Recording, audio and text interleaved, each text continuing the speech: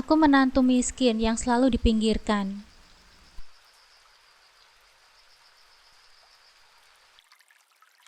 Assalamualaikum sahabat Bunda.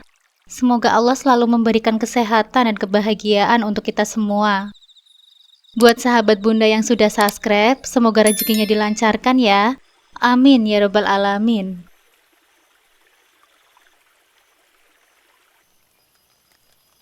Za, itu gelas di depan segera diambilin dong. Jangan jorok gitu, kata Bu Lina, ibu mertuaku, dengan nada yang sedikit meninggi. Seringkali ia berbicara seperti itu, memerintah dengan ketus tanpa sedikit pun senyuman. Iya Bu, habis ini ya Bu, jawabku sambil terburu-buru mengelap meja makan yang belum selesai. Tapi rupanya jawabanku malah membuatnya semakin kesal. Aduh, Iza, makanya kalau kerja jangan lelet gitulah. Jadi gak selesai-selesai kan? Omelnya sambil mendengus, matanya memincing tajam ke arahku. Aku hanya bisa menghela nafas pendek, mencoba menguasai diri. Iya Bu, soalnya Iza keteteran Bu, gak ada yang bantuin, kataku dengan pelan, berharap sedikit pengertian dari beliau. Namun bukannya paham, Bu Lina malah menatapku dengan lebih sinis. Lah itu kan memang tugasmu Za. Emang mau siapa lagi yang mau beresin kalau bukan kamu? Katanya dengan nada menegaskan, seolah mengingatkanku bahwa statusku di rumah ini memang tak lebih dari seorang pembantu. Iya Bu, maaf, jawabku dengan lirih, menundukkan kepalaku. Aku tahu meminta maaf dan mengalah adalah cara yang terbaik, meski dalam hatiku aku merasa lelah. Setelah menghela nafas panjang, Bu Lina melanjutkan. Udah, Ibu gak mau tahu lagi. Setelah semuanya beres, Ibu minta sapu ruang tamu dan halaman depan. Ibu mau istirahat. Tanpa menunggu jawabanku, beliau langsung berbalik dan berlalu pergi menuju kamar tidurnya, meninggalkanku dengan daftar pekerjaan yang seolah tidak ada habisnya. Aku menatap punggung Bu Lina yang semakin menjauh, dan di dalam hatiku ada rasa getir yang sulit kujelaskan. Beginilah nasibku, menantu yang datang dari keluarga yang miskin, selalu dianggap rendah dan dipinggirkan. Sejak menikah dengan Mas Angga 6 tahun yang lalu, hari-hariku tak pernah lepas dari beban yang menghimpit hati. Aku yang seharusnya menjadi bagian dari keluarga ini, malah selalu dianggap seperti orang luar, lebih sering dipandang sebagai pembantu daripada sebagai menantu. Bagiku ini bukanlah perkara mudah. Hidup di rumah besar bersama Bu Lina, ibu mertuaku, seharusnya menjadi keberuntungan bagi seorang menantu. Namun kenyataannya, setiap harinya aku seperti menjalani sebuah peran yang tak pernah kuinginkan. Setiap hari aku harus menghadapi tuntutan dan perintahnya, seolah-olah aku hanyalah seorang pekerja yang wajib melayani. Sejenak aku memandang dapur yang sudah berantakan dengan piring-piring kotor dan tumpukan cucian. Ada Dava, anakku yang masih berusia 5 tahun, tengah bermain sendirian di sudut ruangan. Tatapan matanya yang lugu seolah memberiku kekuatan, mengingatkanku bahwa aku harus tetap bertahan untuknya. Aku menarik nafas panjang, mencoba melawan perasaan kecewa dan sakit hatiku. Bagaimanapun juga, aku harus tetap bertahan. Dava butuh tempat yang nyaman, setidaknya untuk berlindung dari panas dan hujan. Dan kalau bukan di sini, aku tidak tahu harus kemana lagi. Namaku Iza, masih ingat betul saat pertama kali aku menikah dengan Mas Angga. Bagaimana harapan dan kebahagiaan menyelimuti hatiku.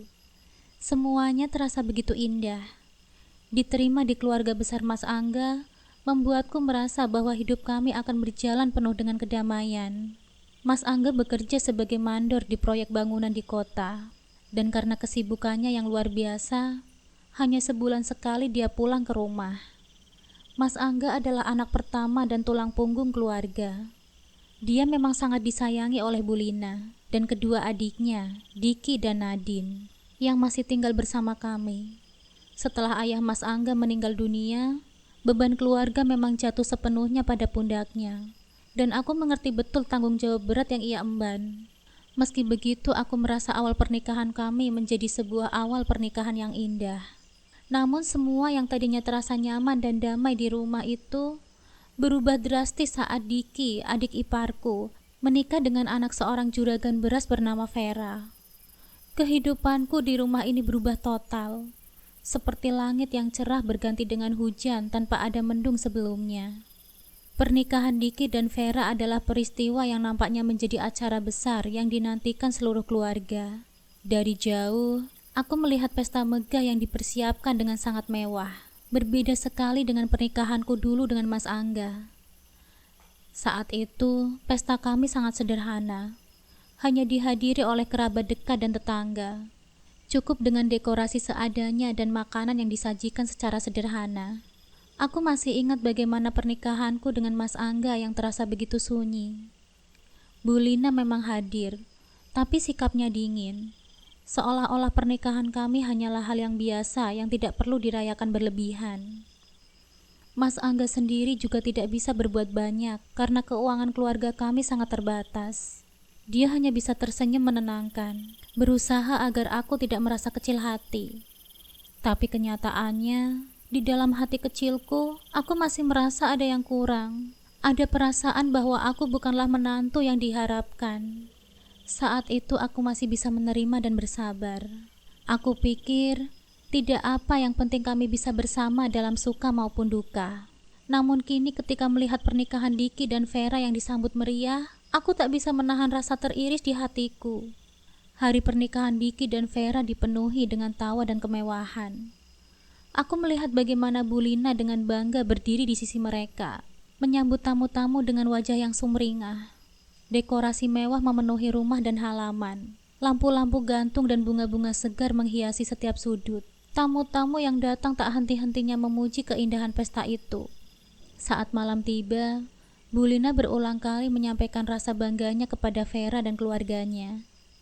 Dia berbicara seolah-olah akhirnya mendapatkan menantu yang benar-benar ia inginkan. Tatapanku bertemu sesaat dengan Vera yang penuh kemenangan. Seakan menyiratkan bahwa dia adalah yang paling istimewa di rumah ini. Aku yang berdiri hanya sebagai tamu dalam pernikahan iparku sendiri, merasa semakin terpinggirkan. Setelah acara selesai, aku diam-diam menangis di kamar. Kenyataan yang terasa menyakitkan itu semakin terasa jelas. Kebahagiaanku saat pernikahanku dulu tak pernah dirayakan seperti ini. Mungkin aku tidak pernah benar-benar dianggap. Dan mungkin kehadiranku hanya diabaikan di antara kemewahan yang baru hadir.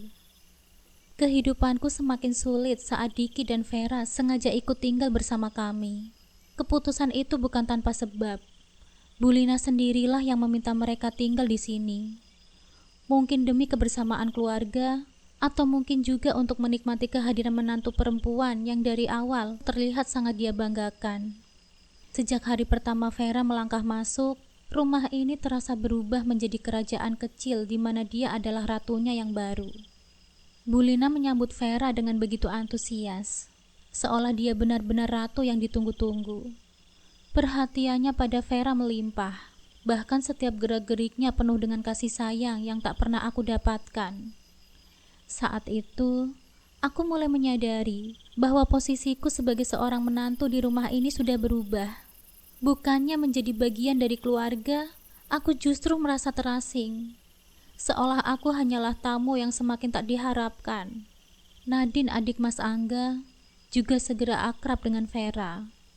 Mereka seperti dua sahabat yang tak terpisahkan, sering pergi bersama, tertawa, berbagi cerita, dan ternyata hobi mereka pun banyak yang sama.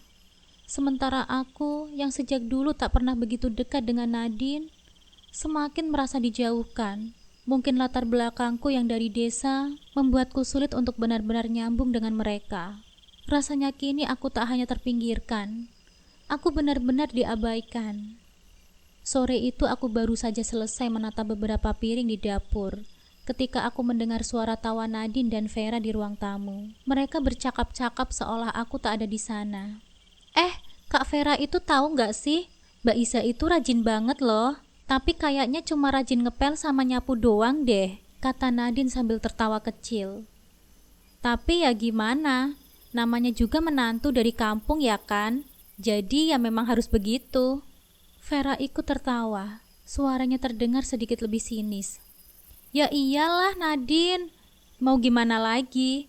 Yang penting kan rumah selalu bersih kan? Tapi kasihan juga deh. Kerja terus di rumah. Gak ada waktu buat diri sendiri. Bisa-bisa stres loh dia. Tambahnya sambil melirik ke arahku dengan senyum mengejek. Aku yang sedang berada di dekat ruang tamu mendengar semuanya. Rasanya dadaku terasa sesak. Tapi aku mencoba untuk tetap tenang dan melanjutkan pekerjaanku, meskipun hatiku sangat terluka. Tapi sebenarnya kasihan juga loh dia, kata Nadine dengan nada yang sengaja dipertajam. Kayak gak ada semangat hidupnya gitu. Mas Angga kan juga sering kerja jauh ya. Udah gitu dia cuma di rumah ngurusin semuanya. Gak ada waktu buat keluar. Jadi gak heran sih kalau dia makin diem aja, kayak pembantu gitu. Vera mengangguk setuju, menambahkan dengan nada yang penuh ejekan. Iya, kasihan banget ya dia. Tapi ya mau gimana lagi? Dia kan dari desa. Pasti udah biasa dong jadi pesuruh. Mungkin itu yang bikin dia nyaman deh. Lagi pula, dia juga tidak punya apa-apa kok. Aku merasa tubuhku seperti membeku mendengar kalimat itu. Mungkin mereka pikir aku tidak mendengarnya. Tapi setiap kata yang keluar dari mulut mereka seperti pisau yang menusuk dalam-dalam. Aku sudah terlalu lama menjadi bahan olokan mereka. Tapi tetap saja, rasa sakitnya tak pernah hilang. Udah deh, gak usah terlalu mikirin dia. Kita kan bisa jalan-jalan ya kak. Selama masih ada dia, pasti bisa urus rumah dengan baik kok. Gak usah khawatir, ujar Nadine sambil tersenyum sinis. Namun dengan nada yang masih tetap merendahkan. Aku mencoba menahan air mataku yang sudah ingin tumpah. Namun aku tahu aku harus tetap bertahan. Mereka tak akan pernah mengerti apa yang aku rasakan. Tidak akan pernah mengerti betapa beratnya menjalani hidup seperti ini. Aku hanya bisa berdoa agar suatu hari nanti aku bisa keluar dari belenggu ini. Setiap hari tugas-tugas rumah yang dulu aku lakukan dengan perasaan ringan, kini terasa membebani.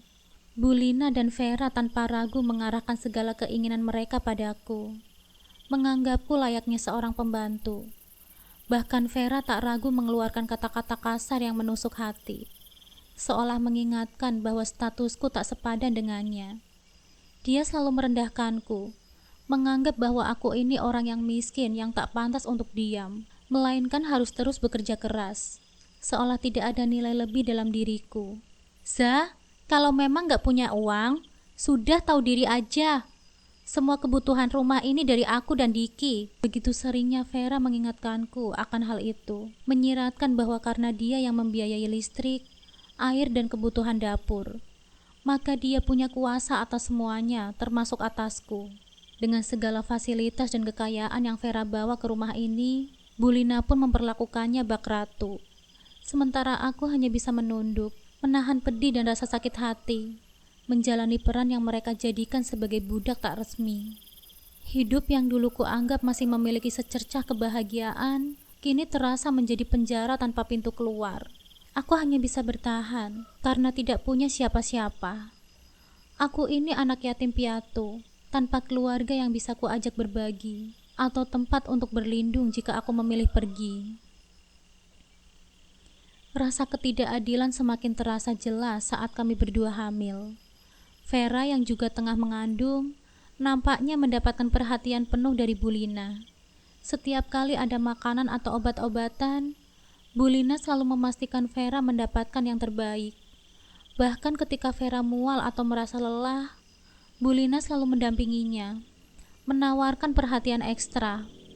Tetapi aku merasa seperti bayangan yang terabaikan. Kadang Bu Lina hanya memberi aku sepatah kata. Jangan lupa makan, jaga kandunganmu. Seperti sekedar formalitas, padahal aku merasa sangat lelah. Di sisi lain perlakuan Bu Lina kepada Vera semakin mencolok. Setiap kali ia merasa sedikit tidak nyaman, Bu Lina akan langsung membawanya ke dokter, atau bahkan menyuruhku untuk membantu merawatnya. Aku hanya bisa melihat semua itu dengan perasaan yang campur aduk, kecewa, marah dan sakit hati. Rasanya seperti aku tidak ada di dalam hitungan mereka. Aku mencoba untuk tetap bersabar. Tapi seiring berjalannya waktu, perasaan itu semakin berat. Setiap kali Bu Lina memperhatikan Vera dengan penuh kasih, aku hanya bisa tersenyum terpaksa. Padahal hatiku terasa hancur. Tak ada kata-kata yang bisa aku ungkapkan, karena aku tahu itu hanya akan menambah beban di pundakku. Di saat seperti ini, aku sangat merindukan Mas Angga. Namun kenyataan pahit yang harus aku hadapi adalah kepulangannya semakin jarang. Dulu meskipun sibuk, Mas Angga pasti akan selalu pulang sebulan sekali, memberi sedikit kebahagiaan di rumah yang terasa semakin asing bagiku. Tapi sekarang, hampir 3 bulan berlalu dan Mas Angga tak juga kembali. Tentu aku tahu bahwa pekerjaannya sebagai mandor proyek di kota membuatnya sangat sibuk. Namun hatiku tetap merasakan kehilangan yang mendalam. Aku sering menatap jam dinding yang seolah menjadi pengingat betapa lama aku sudah menunggu. Rasanya setiap detik berjalan begitu berat. Aku merasa sendirian, terjebak dalam rutinitas yang tak ada habisnya. Bekerja, memasak, membersihkan rumah, dan semuanya tanpa ada yang menemani atau menghargai. Bahkan kehamilanku pun tak cukup membuat orang lain melihatku dengan penuh perhatian. Terkadang, aku merasa seperti wanita yang tak berharga, hanya menjadi alat untuk mengerjakan segala pekerjaan rumah tanpa mendapatkan perhatian layak. Aku tahu di dalam hatiku, perasaan ini tidak akan bertahan selamanya. Aku sudah terlalu lama terjebak dalam kehidupan yang tak adil ini. Aku mencoba berbicara dengan Mas Angga, ingin mengungkapkan betapa aku merasa tertekan. Tapi setiap kali aku membuka mulut, bayang-bayang ancaman dari Bu Lina selalu menghalangiku. "Jangan pernah kamu melawan ibu, nanti kamu akan menyesal." Kata-kata itu terus menghantuiku. Aku tak berani menghadapinya, tidak ada ruang untukku untuk bersuara. Tidak ada yang mengerti betapa besar beban yang aku tanggung. Setelah aku dan Vera melahirkan, perlakuan ibu tetap sama. Aku dikaruniai seorang anak laki-laki yang kuberi nama Dava. Sementara Vera memiliki anak laki-laki yang bernama Kenzi. Meskipun begitu, aku masih merasa seperti tidak diakui di rumah itu. Yang lebih menyakitkannya lagi adalah perlakuan tidak adil Bu Lina terhadap anak-anak kami. Sejak kecil ibu selalu membandingkan Dava dan Kenzi. Kenzi selalu mendapatkan perhatian lebih apapun yang dia lakukan. Bu Lina selalu memujinya. Sementara itu, Dava yang selalu pendiam dan baik seringkali menjadi sasaran amarah ibu, hanya karena Kenzi menangis. Padahal aku sering melihat dengan jelas bahwa Kenzi lah yang memulai segala keributan. Suatu sore, aku melihat mereka bermain di halaman. Kenzi berlari dan sengaja menjatuhkan mainan Dava, yang seketika menangis. Dava yang hanya ingin mengambil mainannya kembali, malah dipukul oleh Bu Lina. "Kenzi, kenapa kamu menangis?" tanya Bu Lina, melirik ke arah Dava dengan wajah marah. "Dava yang buat Kenzi jatuh, Nek," jawab Kenzi sambil memelas dengan air mata yang mengalir. Sementara Dava hanya terdiam, memegang mainannya dengan wajah yang bingung. Bu Lina yang melihat Dava diam saja, langsung memarahi anakku. "Dava, kenapa kamu nakal banget sih? Kenzi kan cuma main, masa kamu malah ganggu?" Aku ingin sekali berkata sesuatu, membela Dava yang tidak bersalah. Namun mulutku terasa terkunci. "Ibu, Kenzi yang mulai, Bu," kataku dengan suara pelan, hampir tidak terdengar. Bu Lina menoleh, menatapnya dengan tajam. "Sudah, Iza, lebih baik kamu jaga anakmu sendiri saja." Ia memalingkan wajahnya, kembali menyuruh Dava untuk pergi ke kamar. Dava yang hanya menunduk, berjalan pelan menuju kamarnya tanpa sepatah kata pun. Aku menatapnya, hati ini hancur melihatnya. Kenzi menangis, tapi Dava lah yang disalahkan. Malamnya, saat aku sedang duduk sendirian di ruang tamu, hati ini semakin terasa berat. Aku memikirkan betapa sulitnya hidup kami di rumah ini. Perlakuan ibu dan Vera semakin hari semakin memburuk. Keadaan membuatku tak tahu harus berbuat apa. Aku duduk termenung. Lalu perlahan-lahan aku berdiri dan menuju ke kamar. Aku melihat Dava sudah tidur di tempat tidurnya. Wajahnya nampak lelah. Aku menatap wajahnya dengan penuh kasih, kemudian memeluknya dengan lembut. "Maafin ibu ya nak," bisikku. "Ibu akan berusaha buat kamu lebih bahagia, lebih baik dari ini." Di pertiga malam, saat sepi dan hening menyelimuti rumah, aku bangun dari tidurku yang tak nyenyak. Dengan langkah pelan, aku berjalan ke sudut dapur, mengambil air wudhu, dan berdiri di hadapan sajadah. Hatiku penuh dengan kegelisahan, berdoa dalam diam, mengharap kekuatan dari Allah. "Ya Allah, aku tahu aku tak sempurna," bisikku dengan pelan, menatap sajadah dengan air mata yang mulai mengalir. "Tapi aku terus berusaha untuk bertahan. Aku berusaha sabar. Jangan biarkan anakku merasakan beban yang tak seharusnya dia tanggung." Aku menundukkan kepala, mengangkat kedua tanganku dan berdoa dalam hati, seolah mengungkapkan seluruh rasa sakitku. "Ya Allah, berikanlah aku kekuatan untuk terus bertahan. Berikan aku jalan keluar dari segala kesulitan ini. Jangan biarkan aku terus terperangkap dalam rasa sakit yang tak berujung. Berikanlah aku petunjuk untuk bisa keluar dari keadaan ini." Tetesan air mata yang tak terbendung lagi menetes perlahan di wajahku. Aku merasa lemah, namun di saat yang sama, aku merasa ada kedamaian yang mulai menyelimuti hatiku, seolah Allah mendengarkan setiap kata hatiku, memberikan kekuatan melalui doa yang tulus. "Saya ingin Dava tumbuh dengan bahagia ya Allah. Jaga dia, lindungi dia dari segala bentuk kezaliman yang aku sendiri tidak mampu hindari. Berikanlah kami jalan yang terbaik." Setelah berdoa, aku merasa sedikit tenang, meskipun aku tahu masalah yang ada belum ada perubahan. Namun ada secercah harapan yang datang dari dalam hatiku. Aku merasa bahwa ada kekuatan yang besar yang akan membimbingku melalui jalan ini.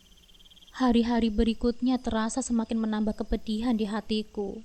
Pada suatu hari, ada acara besar di rumah yang direncanakan oleh Bu Lina.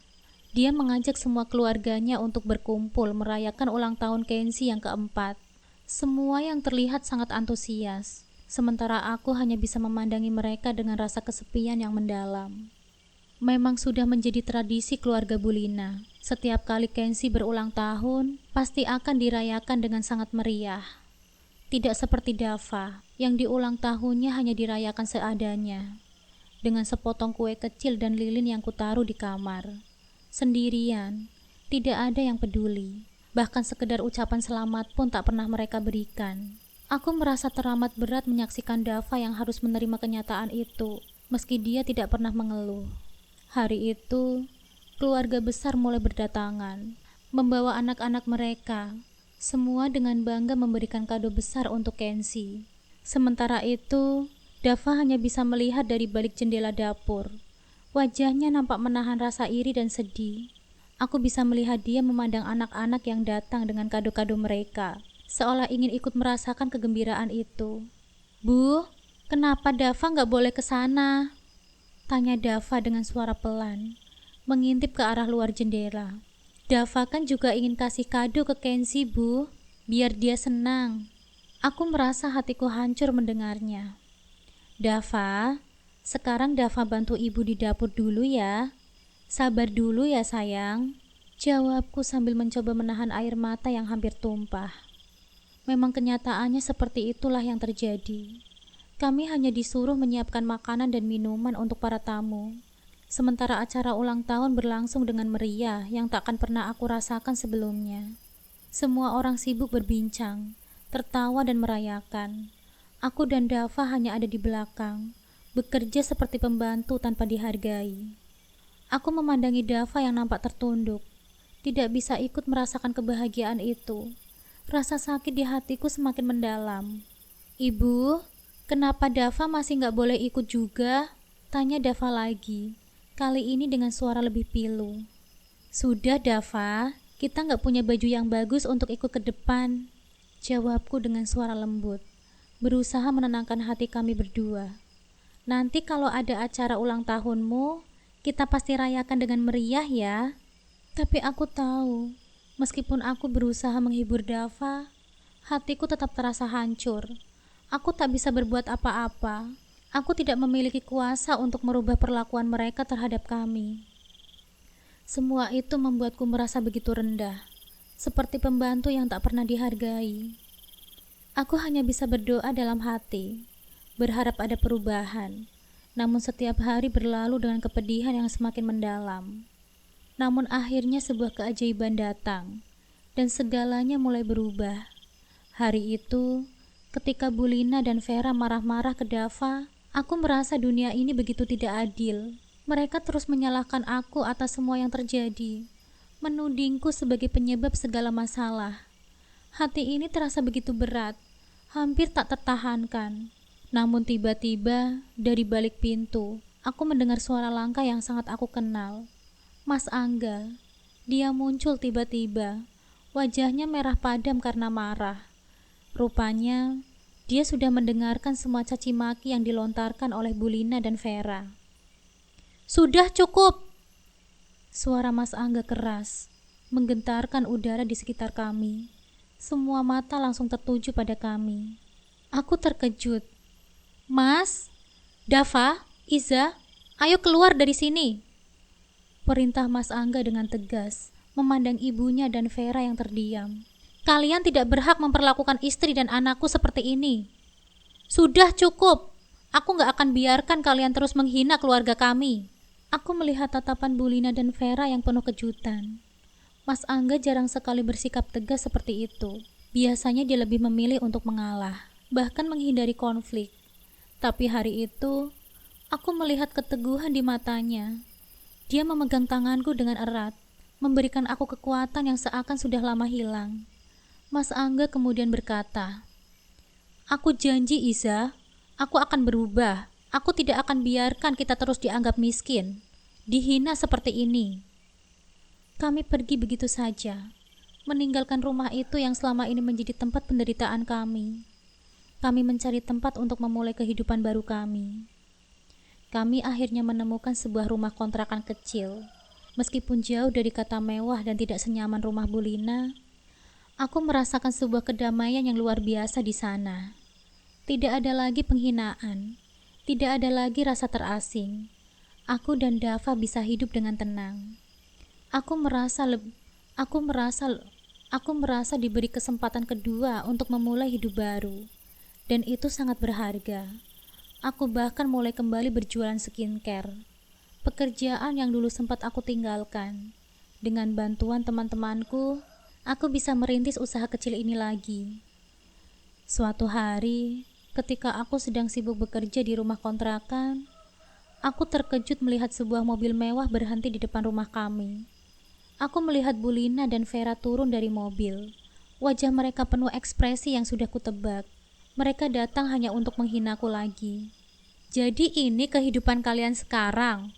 Hidup miskin di kontrakan sempit?" ejek Vera sambil melihat sekeliling rumah kami dengan ekspresi jijik. Aku menatap mereka tanpa berkata apa-apa. Hati ini dipenuhi dengan amarah. Tapi aku tahu ini bukan waktunya untuk melawan dengan kata-kata. Aku hanya bisa tersenyum tipis, berusaha menunjukkan bahwa aku tidak terpengaruh oleh penghinaan mereka. Mas Angga berdiri di sampingku, memberi dukungan. "Kalian datang kemari cuma untuk menghina kami. Kalau begini, lebih baik kalian pergi saja," kata Mas Angga dengan nada tegas. "Kami bahagia dengan pilihan kami, walaupun tidak semewah hidup kalian." Aku merasa terharu melihat bagaimana Mas Angga sudah begitu berubah. Tidak ada lagi rasa takut atau ragu di matanya. Dia melindungiku, melindungi Dava, dan yang paling penting, dia melindungi harga diri kami. Aku berharap suatu hari nanti, aku bisa membalas semua perlakuan mereka dengan cara yang lebih baik, tanpa harus menghina atau merendahkan mereka. Aku yakin dengan kesabaran dan usaha, hidupku akan lebih baik, dan kebahagiaan yang sejati akan datang kepada kami. Setahun berlalu, dan bisnis skincareku mulai menunjukkan hasil yang luar biasa. Meskipun perjalanan bisnis ini penuh dengan tantangan, kegagalan, dan keberhasilan yang datang bergantian, aku akhirnya berhasil mengatasi semuanya. Produk skincare yang aku promosikan Meskipun sempat diragukan banyak orang, akhirnya laris manis dan mendapatkan kepercayaan banyak pelanggan. Pendapatanku semakin besar, puluhan juta setiap bulannya, membuatku merasa tak pernah menyangka bisa mencapai ke titik ini.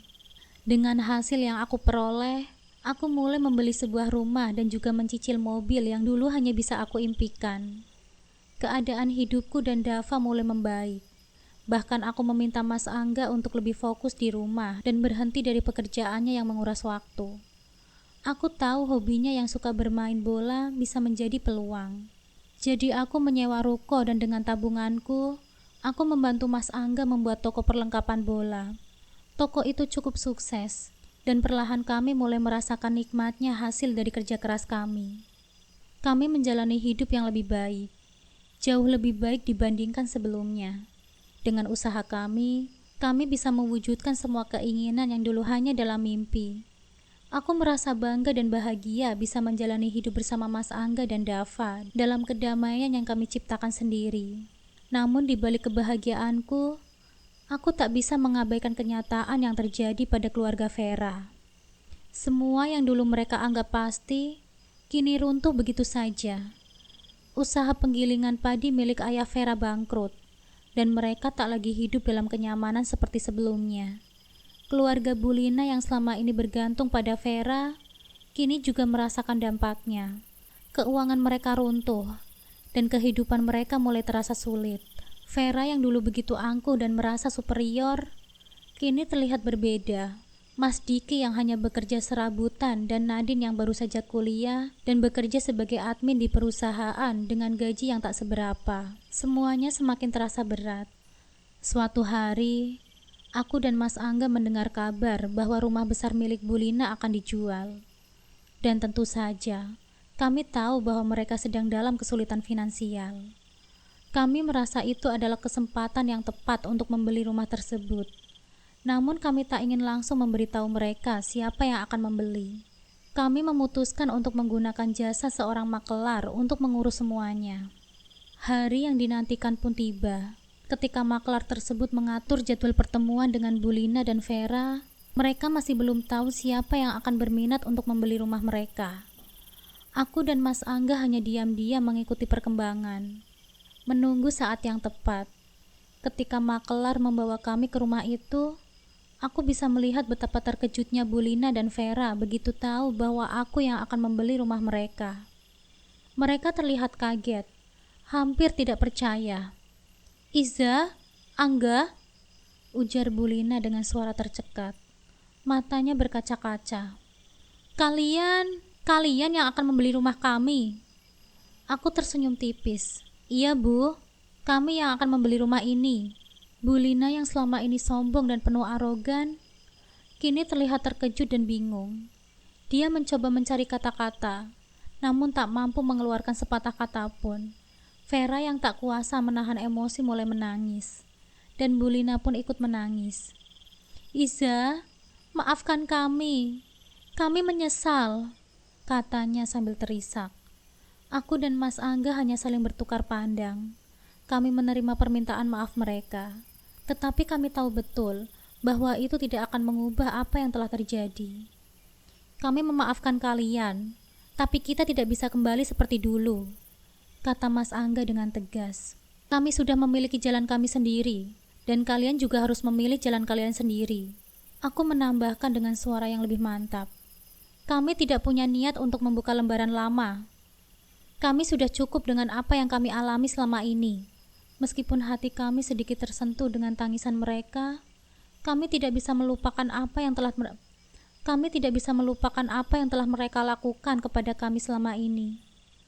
Kami tidak akan kembali ke masa lalu, apalagi harus membiarkan mereka masuk lagi ke dalam kehidupan kami." Akhirnya, setelah proses jual beli selesai, rumah itu telah menjadi milik kami. Rumah yang dulu penuh dengan kenangan pahit, kini menjadi saksi perjalanan hidup kami. Rumah yang penuh dengan perjuangan, darah dan air mata. Rumah yang kini menjadi tempat kedamaian bagi keluarga kecil kami. Aku dan Mas Angga menjalani kehidupan baru, lebih bahagia dan penuh syukur. Kami berhasil mewujudkan impian kami. Dan yang paling terpenting, Kami belajar untuk memaafkan dan melanjutkan hidup, meskipun bukan berarti kami harus melupakan apa yang telah terjadi. Kami sudah menemukan kebahagiaan kami, dan itu jauh lebih berharga daripada segala kemewahan yang pernah kami miliki.